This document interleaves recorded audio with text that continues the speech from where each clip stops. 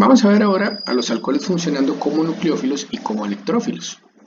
Como nucleófilos los visualizamos con este oxígeno, ¿verdad? Atacando especies electrofílicas, y como electrófilos, si el grupo R sufre un ataque y el OH se puede perder, ¿verdad? Como un grupo saliente. Para eso hay que convertirlo en otra cosa. Hablaremos de esto en este video. Bueno, muy bien. Fíjense que los alcoholes son nucleófilos débiles que atacan electrófilos fuertes, como dice por acá. Claro, hay un paso importante que cuando usamos los alcoholes como nucleófilos siempre vamos a tener, que es la desprotonación posterior, ¿verdad?, del oxígeno del alcohol.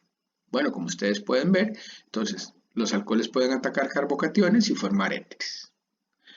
Bien, la otra forma en que tenemos nosotros para usar los alcoholes como nucleófilos, muchachos, es convirtiendo a este nucleófilo débil en uno fuerte, utilizando sodio, por ejemplo, en una reacción de reducción, ¿verdad?, que ya sabemos que genera hidrógeno y esta especie que se llama un alcóxido. Bueno, este nucleófilo que ya es muy fuerte, el alcóxido, puede atacar electrófilos más débiles, generando pues especies, ¿verdad?, por reacciones de sustitución. Bien, entonces como les decía, este enlace se rompe cuando el alcohol funciona como nucleófilo y el enlace carbono-oxígeno se rompe cuando él funciona, o sea, como el alcohol funciona como un electrófilo y más bien recibe un nucleófilo. De nuevo, para esto hay que sacar a este grupo OH, que es un mal grupo saliente, de otra manera, ¿verdad? Salvo algunas excepciones, no lo podemos sacar si no está convertido en otra cosa. Fíjense, por ejemplo, ustedes que cuando se protona el OH, ¿verdad?, genera el grupo saliente agua, que es un grupo saliente muy bueno. Bueno, el ion bromuro, que no es un nucleófilo muy fuerte, es capaz de desplazar al agua, porque el agua sí es un buen grupo saliente por ser poco básica cuando está libre en el medio y bastante, como ustedes pueden ver, electronegativa cuando está unido. Ahora, esta forma de hacer las cosas tiene un problema, muchachos, y es que, por ejemplo, si yo protono mi alcohol, ¿verdad?, y yo lo quiero hacer reaccionar con un nucleófilo muy fuerte como este, la reacción que se va a dar va a ser más bien la reacción ácido-base y no la reacción de sustitución de tipo SN2. ¿Ok? Bien, para esto nosotros podemos convertir los alcoholes en una serie de derivados que, ¿verdad?, me van a permitir sacar el OH del alcohol como un buen grupo saliente. Entonces, fíjense ustedes, con un grupo tosilo que es este, ¿verdad?, yo puedo hacer que el alcohol se me una, como ustedes pueden ver, a este grupo tosilo, y entonces aquí sí tengo un muy buen grupo saliente, ¿verdad? Bueno, eso se puede hacer con el ácido tóxico, el cloruro de tosilo, ¿verdad?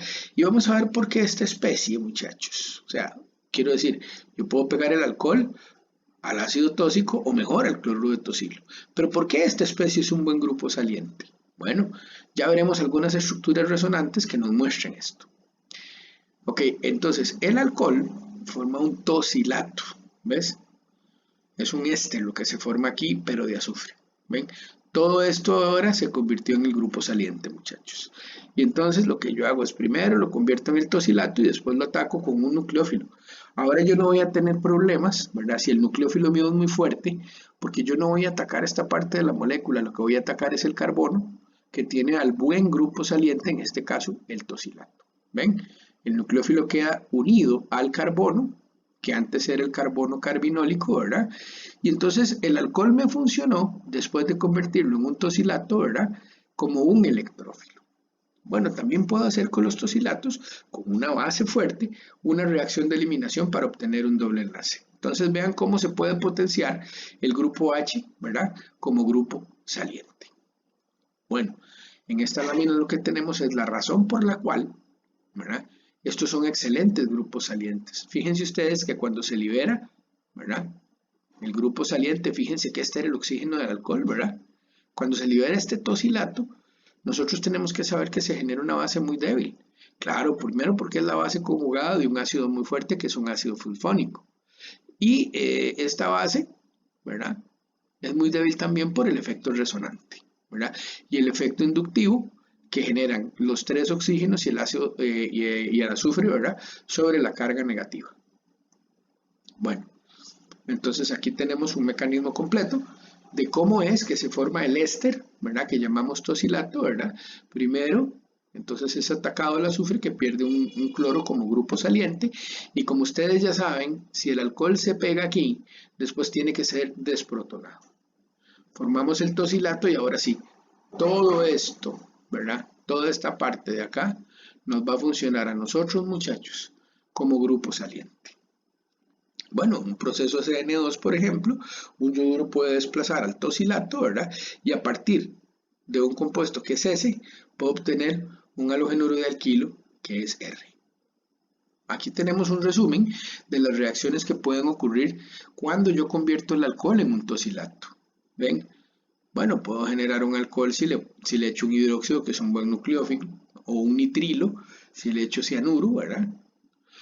O con un bromuro puedo generar un haluro de alquilo o un éter, fíjense ustedes. Con amoníaco puedo hacer la sal de una mina que si la neutralizo obtengo la mina. Y una reacción que es bastante rara y poco usual en la química orgánica, que es hacer un tosilato de un alcohol y después un hidruro sería capaz de producir el alcano respectivo una vez que desplace el tosilato. Bien, como les decía muchachos, las reacciones realmente de reducción de alcoholes son raras, ¿verdad?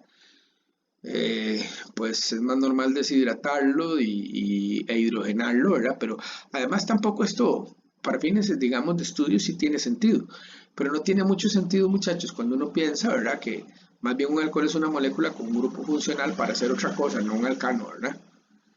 Bien, sin embargo, este proceso de 2 pasos se puede hacer haciendo el tosilato en piridina que funciona como la base y con el hidruro de aluminio y litio, pues tener el desplazamiento del grupo saliente, ¿verdad?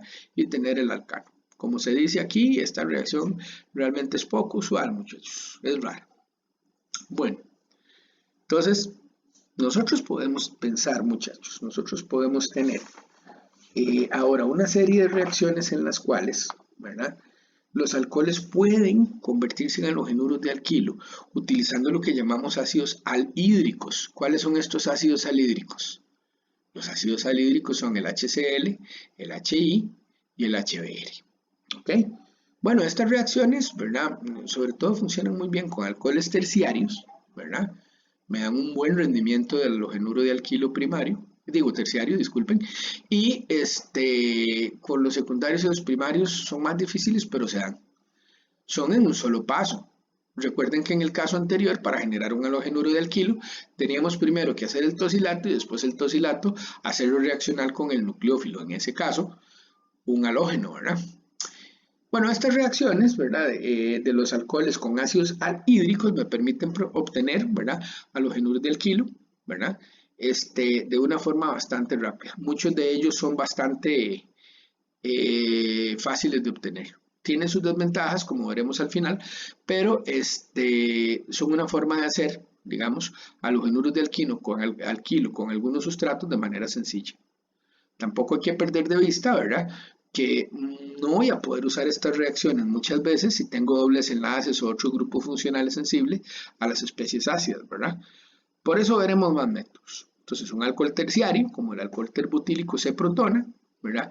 Genera el buen grupo saliente agua, se forma el carbocatión y el bromuro, que probablemente esté en una concentración más alta, es el que forma el halogenuro de alquilo terciario. Como les digo, esta reacción va muy bien. Ahora, ya para que vayamos pensando en problemas, es química de carbocationes, muchachos.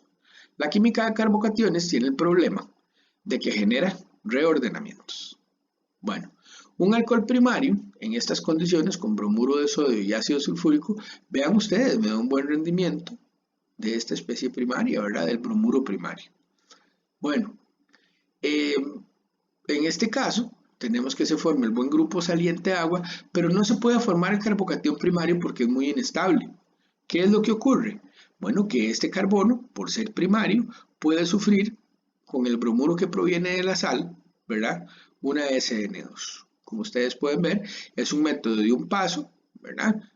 Para poder obtener un bromuro primario. De nuevo, si en esta cadena existieran dobles enlaces o grupos sensibles al ácido, no se podría hacer la reacción. Es una limitante. ¿Ok? Un alcohol secundario, como ustedes pueden ver, por un mecanismo similar también se puede convertir en un halogenuro secundario. Bien, el cloro. Con el cloro tenemos una situación. El ion cloruro es un nucleófilo bastante más malo y bastante menos polarizable que el ion bromuro. Entonces, por lo general, se utiliza el cloruro de zinc como un catalítico más fuerte para poder desplazar al oxígeno como grupo saliente. Bueno, fíjense ustedes que si el alcohol, ¿verdad?, puede formar, una vez que pierda el OH, un carbocatión, ¿verdad?, que sea más o menos estable como uno secundario o uno más estable como uno terciario, entonces puede sufrir, ¿verdad?, con cloruro de zinc, eso sí, el alcohol secundario o el terciario, una reacción de sustitución, ¿verdad?, SN1, ¿ok? El grupo saliente en este caso también es muy bueno, ¿ok? Ahora, con alcoholes primarios, no se puede formar el carbocatión primario. Y más bien aquí, como en el caso del bromuro, el problema son ¿cómo se llama? Las transposiciones, ¿verdad? O sea, los reordenamientos para formar carbocationes más estables. Entonces, en este caso, ¿verdad? Bueno, el reactivo, por cierto, de cloruro de zinc y HCl se llama el reactivo de Lucas, ¿verdad? Pues la reacción ocurre, ¿verdad? La reacción ocurre y se forma el halogenuro de alquilo primario y el grupo saliente. Ahora, el reactivo de Lucas es muy útil en el laboratorio para determinar la presencia de alcoholes primarios, secundarios y terciarios. ¿Por qué razón? Porque como ustedes pueden ver acá, ¿verdad?, los tiempos en los que se van a formar los halogenuros, ¿verdad?, son distintos. Ahora, ¿cuál es la indicación de la prueba? Resulta que o el tubo se pone turbio o se forman dos fases, porque claro, el halogenuro de alquilo, como este, ya no es soluble en el agua. O sea, vean que el reactivo de Lucas es cloruro de zinc y HCl en medio acuoso, muchachos. Entonces, la razón por la cual se ve esa indicación, esa turbidez, ¿verdad?, es porque se ha formado el halogenuro de alquilo. Vean, el terciario dura menos de un minuto en formar esa turbidez. El cloruro terciario se forma muy rápido, muchachos, porque claro, es vía carbocationes. El secundario durará, bueno, de 1 a 5 minutos. Y el primario dice aquí 6 minutos, pero hay algunos que duran días. Entonces la reacción es prácticamente inmediata con el terciario, más lenta con el secundario, ¿verdad? Se aprecia la diferencia. Y muchísimo más lenta con el primario, que es lo que ustedes tienen aquí. En todo caso, para formar, digamos, cloruros primarios, muchachos, vamos a ver otro método más. Bueno, como ustedes pueden ver acá, en el caso de este alcohol secundario, con cloruro de hidrógeno y cloruro de zinc, lo que nosotros tenemos, entonces, es una mezcla de los dos productos, porque claro, es química carbocatiónica, ¿verdad? Un carbocatión plano permite el ataque del cloro por dos planos diferentes, ¿verdad? Y si se forma un carbono quinal, tenemos una racemización. Bueno, ¿qué es lo que vemos en esta lámina al respecto de la adición de HBr a un sustrato como este? La protonación, como correctamente se forma el grupo saliente agua, pero vean que este carbocatión secundario es susceptible, como ustedes pueden ver, de ven, un reordenamiento. Entonces, claro, el problema de la química de carbocationes, como ya lo dijimos, muchachos, es que se generen productos que tal vez no eran los que yo esperaba o para los que yo planeé la síntesis. Entonces, vean, limitantes en el uso de ácidos alhídricos, ¿verdad?, con alcoholes. Bajos rendimientos de los cloruros de alquilo a partir de alcoholes primarios y secundarios. Ok, los alcoholes primarios y secundarios reaccionan con HCl de una manera mucho más lenta que los alcoholes terciarios, inclusive con la adición de cloruro de zinc. En tales condiciones, las reacciones secundarias pueden evitar buenos rendimientos de los haluros. También puedo tener eliminaciones, o sea, puedo tener la tentación de calentar esto un poquito para que avance, pero calentar un alcohol en un ácido concentrado, como HCl o HBr, con frecuencia conduce a una eliminación. Una vez que el grupo hidroxilo del alcohol se ha protonado y transformado en un buen grupo saliente, se convierte en un sustrato apropiado tanto para una sustitución como para una eliminación. Cuidado con esto. Y reordenamientos, ya lo vimos, ya no voy a comentar más porque hemos hablado mucho de que en la química de carbocationes son comunes los reordenamientos. Bueno, con el HI hay una capacidad limitada para formar ioduros de alquilo. Muchos alcoholes no reaccionan con HI para generar ioduros de alquilo con buenos rendimientos. Sin embargo, estos son intermediarios valiosos, ya que los ioduros son los haluros de alquilo más reactivos. Más bien en la siguiente sección veremos cómo se pueden preparar ioduros de alquilo. Ok, entonces fíjense que hay otra manera de hacer, evitando los reordenamientos, muchachos. Los bromuros, ¿verdad? Y los ioduros, muchachos, de alcoholes primarios y secundarios. Bueno, nada es perfecto, ¿verdad? Y este método que vamos a ver, o estos reactivos que vamos a ver, no son muy útiles, muchachos, para formar, digamos, halogenuros terciarios, ¿ok? Si tenemos un alcohol como el alcohol neopentílico con el tribromuro de fósforo, nos permite obtener el bromuro en la posición primaria, como ustedes pueden verlo, sin reordenamientos. Una mezcla de fósforo y yodo, porque no se puede preparar o no es bueno preparar el triyoduro de fósforo, ¿verdad? No es estable, se prepara mejor con una mezcla de ellos dos. Me permite obtener, como ustedes pueden ver aquí, sin ningún tipo de carbocatión ni reordenamiento, el yoduro primario en un excelente rendimiento. Fíjense ustedes, aquí tenemos un ejemplo muy bonito de un alcohol secundario con el tribromuro de fósforo y obtenemos el producto en un 90% de nuevo. Aquí no hay química de carbocationes. ¿Cómo ocurre la reacción? Bueno, el alcohol entonces reacciona inicialmente con el fósforo. Como ustedes pueden ver, el fósforo puede perder un átomo de bromo, ¿verdad? Que se convierte en un bromuro. Y fíjense ustedes que esto se va a convertir en un excelente grupo saliente. Claro, es bastante electronegativo cuando está pegado y el fósforo posteriormente va a estabilizar mucho al oxígeno. ¿Ok? Entonces, en un paso siguiente puedo tener una reacción de sustitución sobre el grupo alquilo y la pérdida de toda esta especie que es mi grupo saliente. ¿Ok? Ven, aquí no hay carbocationes. Por eso es que estas reacciones pueden ocurrir sin reordenamientos. Vean, por ejemplo, aquí tengo el R-pentandosol, ¿verdad? Mismo mecanismo, grupo saliente formado, como ustedes pueden apreciar, y el bromuro puede hacer la reacción de SN2, ¿verdad? Para obtener el S2-bromopentano. En este caso, y con este sustrato secundario, tuvimos una reacción de tipo SN2. ¿Ok? Bien, los cloruros de acilo realmente se pueden preparar de mejor forma porque, bueno, ustedes me podrían decir, mira, y no hay PCl3. Sí, hay PCl3 y PCl5 y son dos especies, ¿verdad? Que podrían funcionar como las que acabamos de estudiar, muchachos, con el bromo, ¿verdad? Y el yodo para hacer los halogenuros de alquilo correspondientes.